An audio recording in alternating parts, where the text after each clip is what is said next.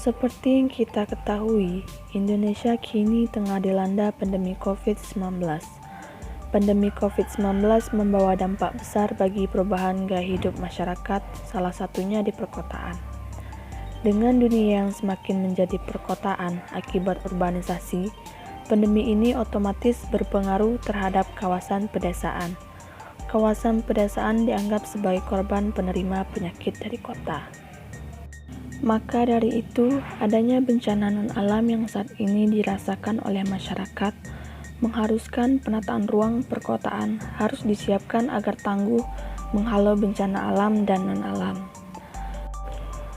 Pandemi ini membuat semua aktivitas dilakukan dari rumah, seperti bekerja, belajar, dan berolahraga.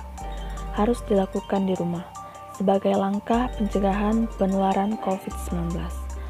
Perkotaan sebagai pusat peradaban dan pusat ekonomi harus disiapkan agar ke depan mampu menghadapi bencana alam maupun non-alam.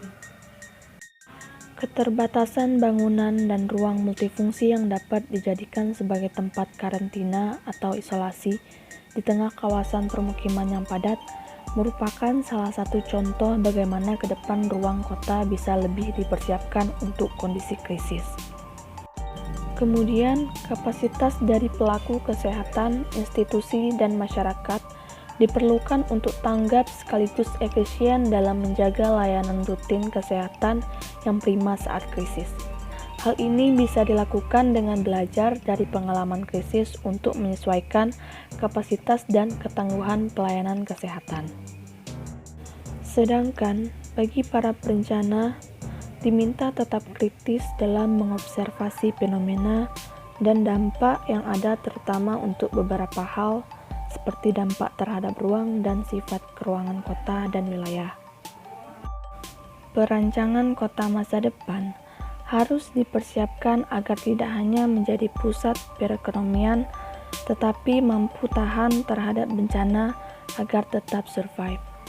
3 hal penataan kota di masa mendatang yang perlu dipersiapkan, yakni penataan digital infrastruktur menjadi hal penting karena semua lini pekerjaan dan kehidupan masyarakat ke depan akan berkaitan dengan digital.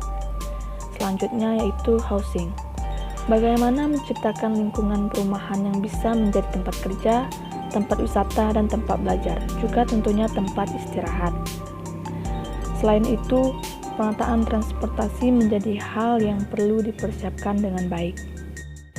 Dalam hal ini, peran masyarakat juga sangat penting dalam menjaga kebersihan kota dan desanya, serta menerapkan gaya hidup sehat untuk mencegah pandemi seperti ini terulang kembali pada masa yang akan datang.